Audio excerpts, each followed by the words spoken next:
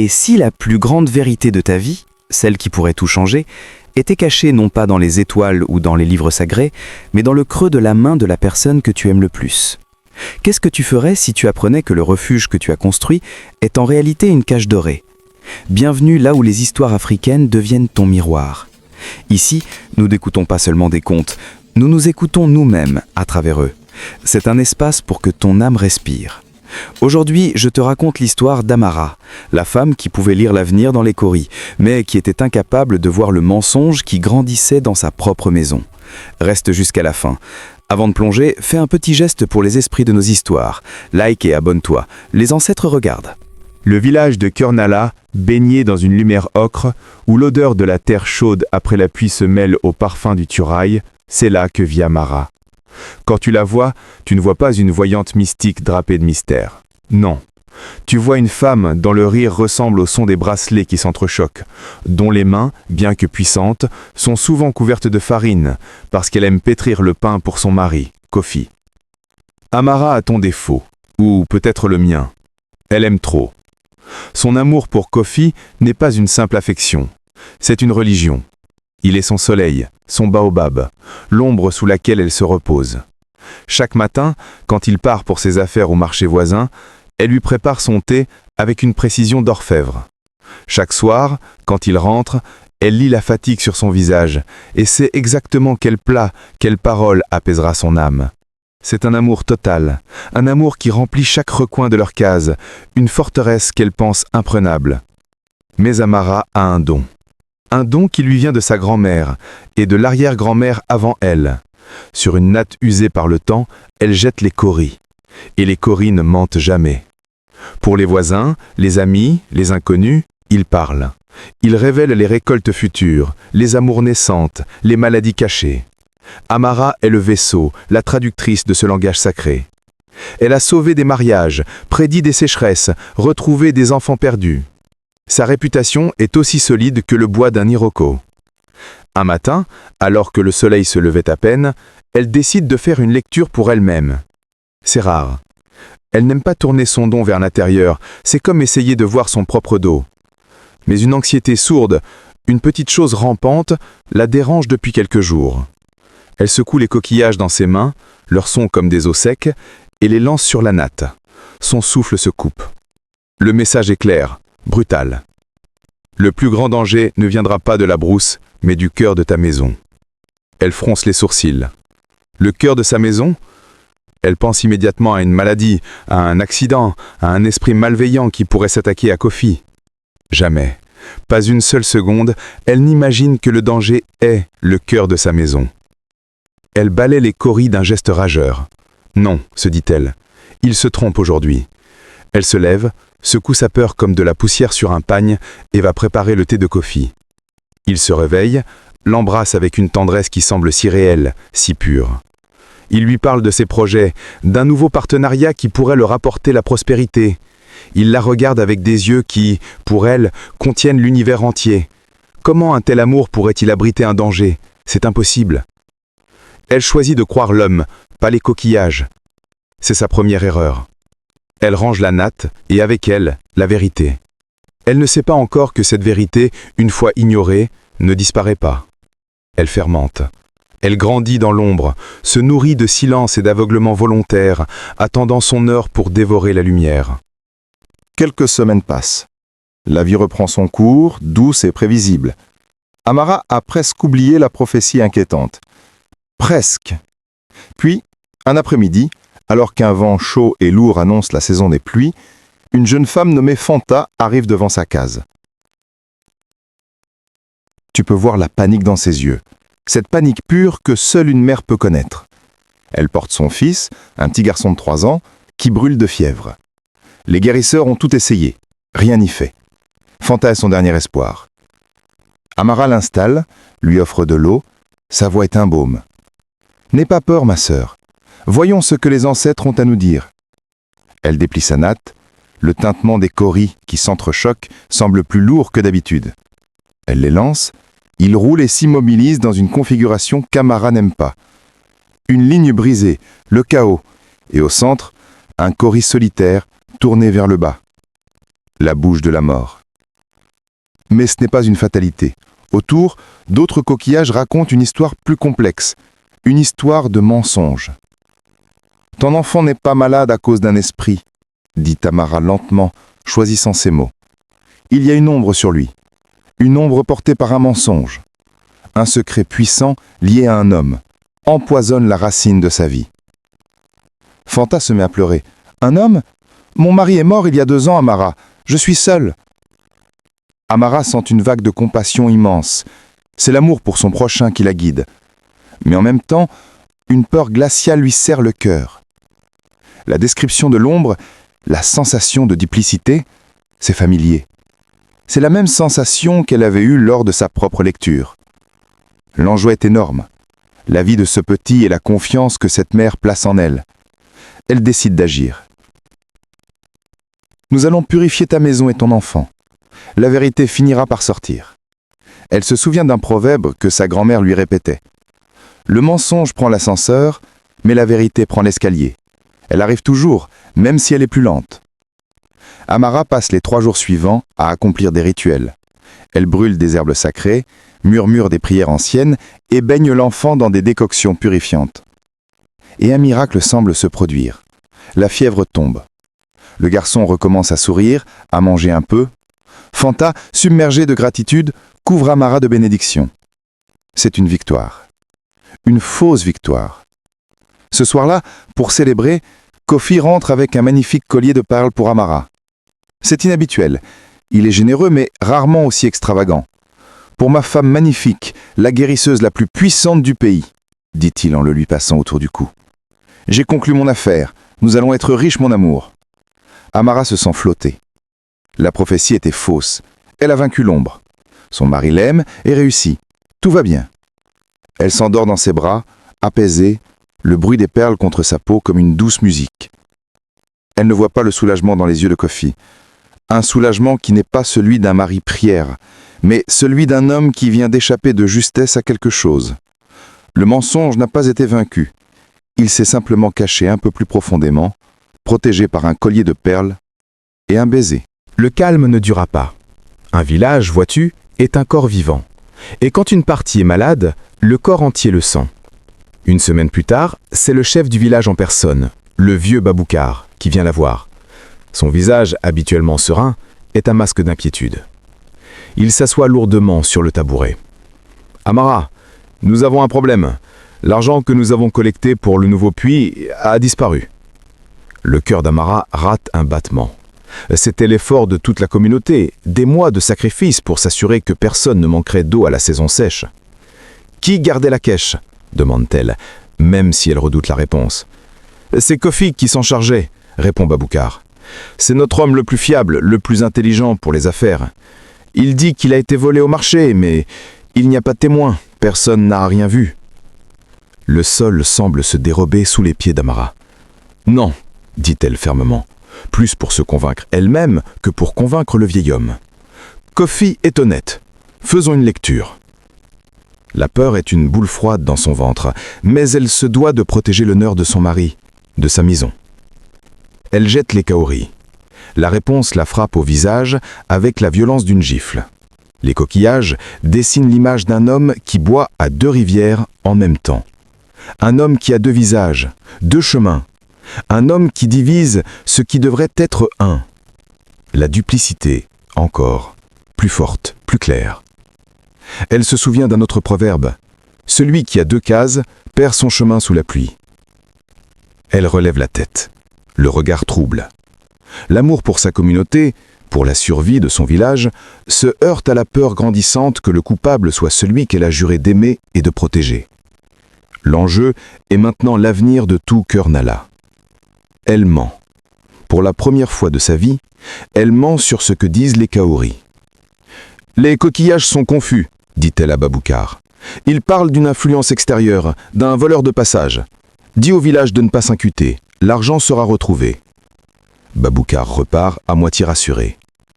Amara reste seule, tremblante.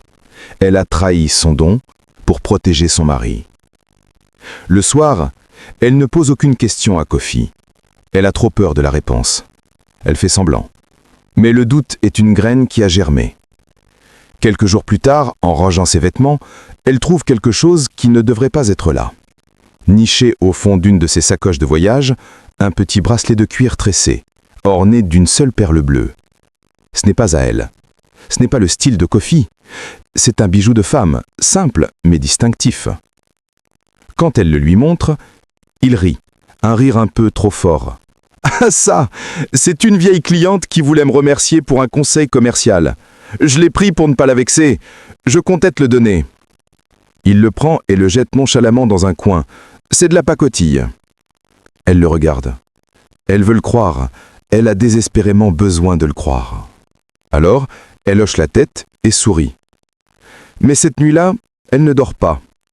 Le bracelet jeté dans le coin semble la regarder dans le noir.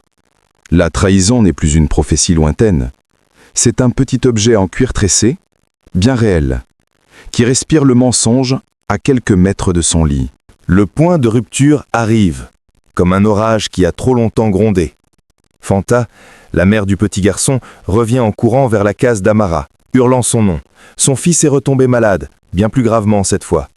Il convulse, ses petits membres agités de soubresauts incontrôlables. « Qu'as-tu fait » crie Fanta, ses yeux remplis de larmes et de haine. « Tu n'as rien guéri, tu es une menteuse, une fraude !»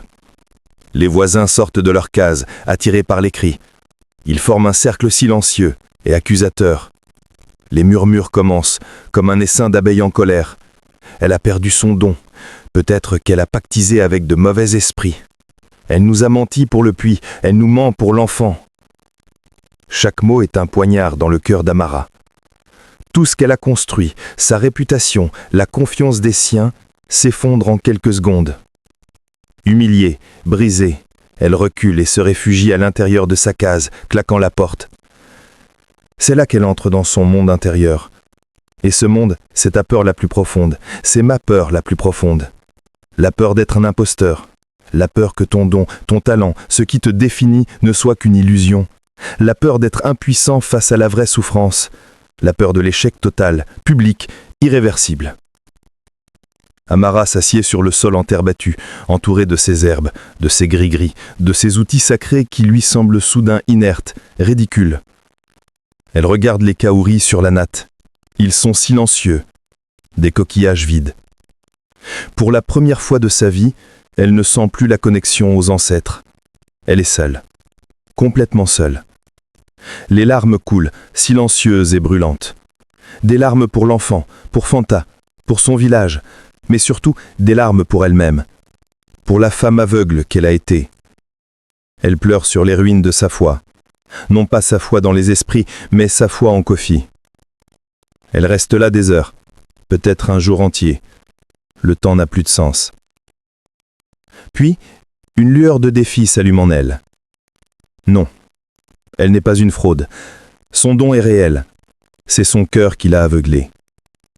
Pour le prouver, à elle-même et au monde, elle doit sauver cet enfant. Il existe un rituel ancien, donjeux, qui demande un sacrifice personnel immense. Elle doit offrir aux esprits un objet qui contient une partie de son âme, de son histoire. Elle sort un petit coffre en bois. À l'intérieur repose le collier de sa mère, celui qu'elle portait le jour où elle a transmis le don à Amara. C'est son lien le plus précieux avec sa lignée. Kofi rentre et la trouve en pleine préparation. « Amara, qu'est-ce que tu fais? Cet enfant n'est pas ta responsabilité. Laisse tomber. Ce collier, c'est ta mère. Tu ne peux pas faire ça. » Sa sollicitude sonne faux. Il y a de la panique dans sa voix. Il ne s'inquiète pas pour son héritage. Il a peur de ce qu'elle pourrait découvrir. Cette prise de conscience la frappe. « Je dois le faire », dit-elle d'une voix calme et glaciale qu'il ne lui connaît pas. Elle se rend à la lisière du bois sacré, la nuit tombée. Elle allume le feu, commence les incantations. Alors qu'elle tient le collier au-dessus des flammes, prête à le lâcher, une vision la submerge. Pas une vision du futur, mais du passé récent.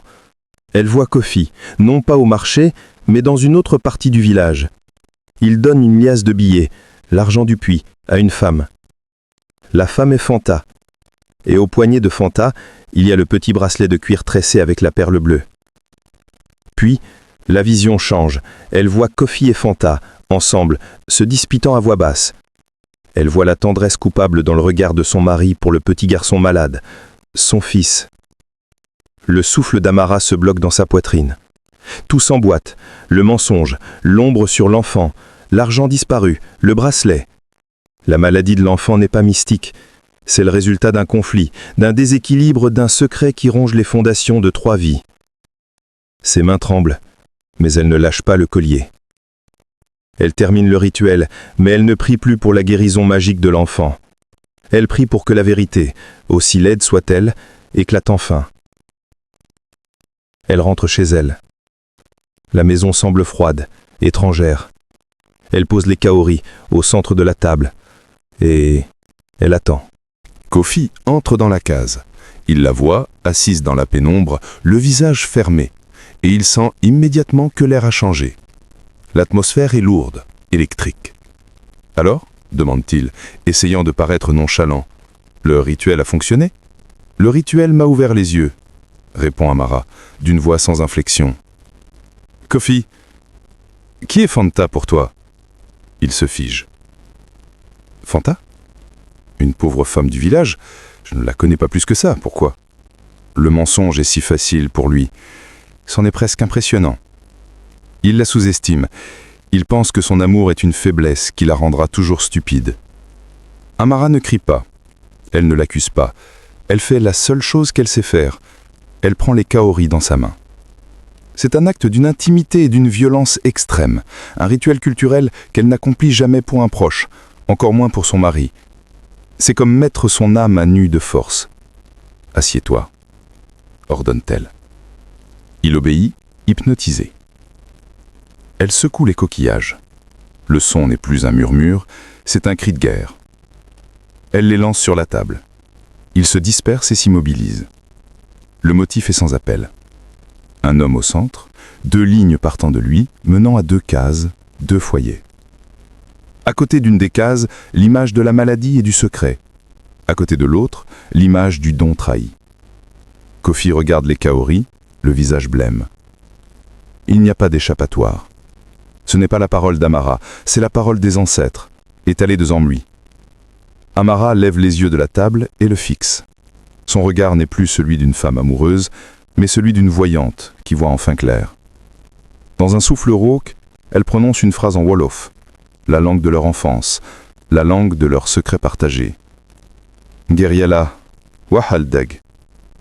Pour l'amour de Dieu, dis la vérité. Ces quelques mots simples brisent le dernier barrage.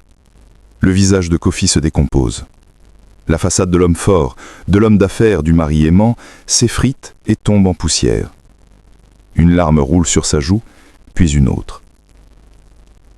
L'explosion émotionnelle n'est pas faite de cris, mais d'un silence assourdissant qui se rompt enfin. Oui, c'est mon fils. Elle n'avait rien. L'argent du puits, je devais l'aider. Je ne savais pas comment te le dire, j'avais peur de te perdre.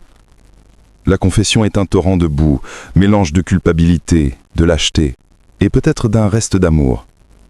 Amara l'écoute, sans l'interrompre. Elle ne ressent ni haine, ni pitié, juste un vide immense. La maison qu'elle a construite n'a jamais existé. Le mensonge n'était pas dans la maison était le mensonge. Au début de notre histoire, je t'ai demandé ce que tu ferais si tu apprenais que ton refuge était une cage. Amara a trouvé sa réponse. Elle n'a pas brisé la cage avec colère, elle a simplement ouvert la porte et est sortie. Un vieux proverbe de chez nous dit « Le cœur d'une femme est comme une calebasse profonde. Il peut contenir beaucoup de choses, mais une fois qu'il est fêlé, il ne peut plus retenir l'eau. » La leçon, pour toi et pour moi, est simple mais si difficile à appliquer. La vérité la plus importante n'est pas celle que te disent les autres, mais celle que tu te chuchotes à toi-même dans le silence de la nuit. Écoute cette petite voix. Elle a toujours raison. Amara a rendu l'argent au village, pas Kofi. Elle a utilisé ses propres économies, sacrifiant son avenir pour réparer le passé de son mari. Elle a continué à veiller sur l'enfant, non pas comme une rivale, mais comme une gardienne de la vérité. Quant à Kofi, il est parti. Il n'a pas été chassé. Il est simplement devenu un fantôme dans une maison qui n'était plus la sienne. Dans les commentaires, j'aimerais que tu me dises quel sacrifice ferais-tu pour la vérité ? Le confort de l'illusion ou la douleur de la clarté ? Dis-moi, l'histoire de la semaine prochaine est déjà en train de s'écrire. C'est celle d'un musicien dont la kora peut charmer les esprits, mais qui est tenté par le seul silence qu'il ne peut briser, celui de son propre passé. Le prochain esprit connaît déjà ton nom. En attendant, prends soin de toi.